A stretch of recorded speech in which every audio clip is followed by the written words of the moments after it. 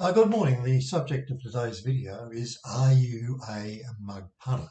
Now, if you really want to find the answer and find the reverse of how to be a mug punter, then you do have to continue to the end of the video. So let's look at the first thing. Here's your point score. If you bet with mates, well, that's a -10 to start. You get sucked in with same race multis. That's another negative. You're down to a score of -30. You use whatever money comes to hand. Now you're down to -50.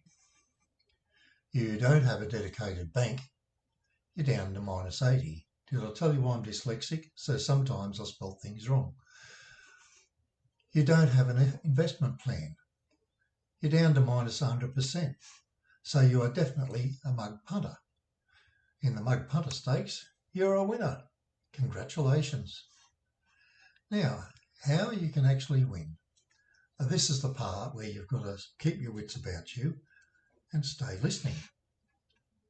If I use a weight ratings program and I just look at the top three, and they're also in the top three favourites before the jump, you will need to be there probably no further back than about 3 or 4 minutes to be able to do that. You will get a return of 36% winning races, an average return of $3.45. And you will actually come up with a profit by doing a couple of other interesting things. If you use the TAB ratings top three, and in the top three favourites before the jump once again, you'll get 38% winning races, an average return of $3.56. Oh, by the way, you'll also end up with approximately 1.5 investments per race. So sometimes you might be betting one horse, sometimes two, very occasionally three. And you can bet them level stakes and you will still win if you do the following things. So here's what you can win. A 5% profit nearly every day. Now that's better than bank interest. I think you'll have to agree. Better than bank interest, and it's going to get worse. So take that 5% profit. In other words, what I'm suggesting to you is, if you start off the day and you've made a profit, you can walk away a winner almost every day, 90% of the time. So now, what else is there? Where you invest. We use VicBet. That's the only one you know of that offers best fluctuation on every race every day. And that's pretty much a guaranteed extra 5% profit in there for you if you use top fluctuation amongst your selections. Okay, for other options, let's drag this down a bit. Whoa, here we go. Let's go back here. Oh, brain day, get out of there. Get out of there. Go on, get out of there. Go on, who wants this? Anyway, okay, take advantage of any money back options. That's just the icing on top. So you take advantage, anytime you get a money back option, that's just icing on the top. Don't look at it as an investment to encourage you to bet more. It's simply a way of getting extra money, icing on top. There's one corporate adds 3% of the top total SP option. Another cherry. Oh, I better put that in. Go back. Whoa!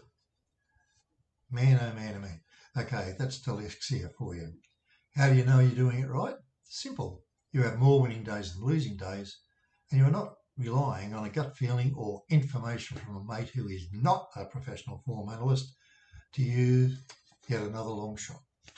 I'll take you now, with any luck, to our website. Now, come on, what's the internet doing today? Here we are, Horse Racing Australia. Coming up, because on our website you've got some free information you can take advantage of every day, and you'll also be able to get onto our bookshop and you'll be able to work out what sort of books you can buy and all of that sort of thing. Well, the internet is slow today, but that's what happens. So here it is, horseracingaustralia.info. It'll pop up any second. We've got Professional Punter's Diary, So we put in here a dead set winner at the last. It's very interesting because I'll just tell you what this is about. In 1934, in the US, Frank Hayes had his last race ride, and he had never won a race, but this was his first ever winner. He'd been trying for a long time. The problem was he died about a furlong from the post, but his body stayed rigid in the saddle, and so the race club confirmed the win, saying the horse had carried the correct weight.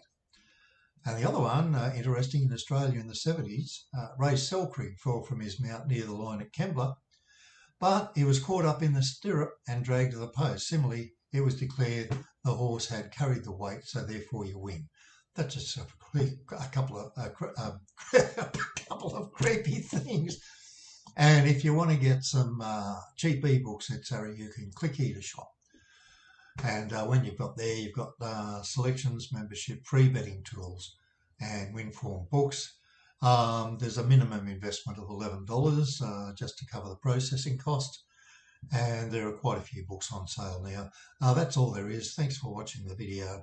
And we're going to do a preview for the weekend. That'll probably be to air either tomorrow night or Thursday, just depending on weather conditions. So thank you once again.